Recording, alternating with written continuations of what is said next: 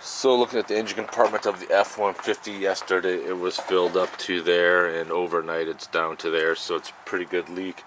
First thing we're going to do is remove the bolt for right here, pull this section out. Then we're going to start looking at removing the bolts for the fan shroud and pull it back.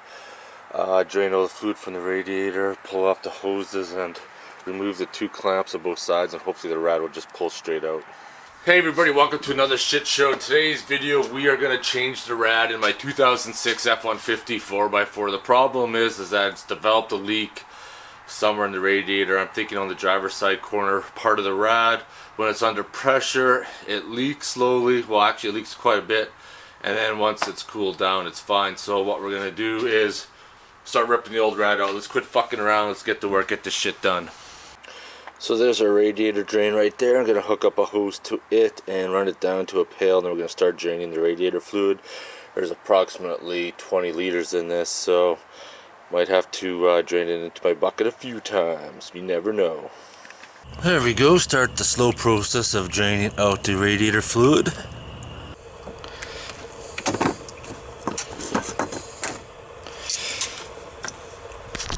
This hose should hopefully just come right off. Yep. I thought there was 4, but there's only 2 8mm bolts to hold the fan shroud, so hopefully to loosen those 2. The bottom ones are held in by clips, kind of basically hopefully just kind of lift it up and slide it off to the side without taking it off, because I don't want to take the fan off if I don't have to.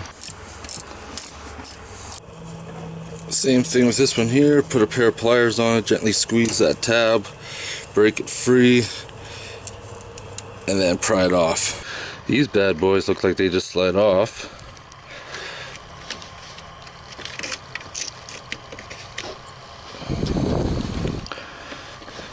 Does that line just pull out, or how does that work? Do I gotta unscrew that?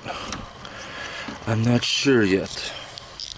Well, I finally got these off. I don't have the special tool that goes inside and pushes them off. I tried to modify a 5/16 fuel line disconnect, but no fucking luck. So I don't know, I don't have time to go buy a tool. It's a long weekend, so I might have to try to make these old fittings work, even though they say you're not supposed to because it may leak.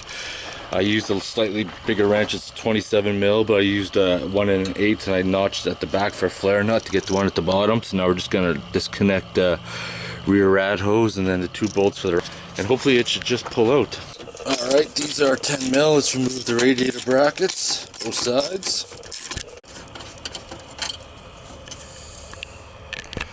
Well, this rad should just hopefully pull straight out.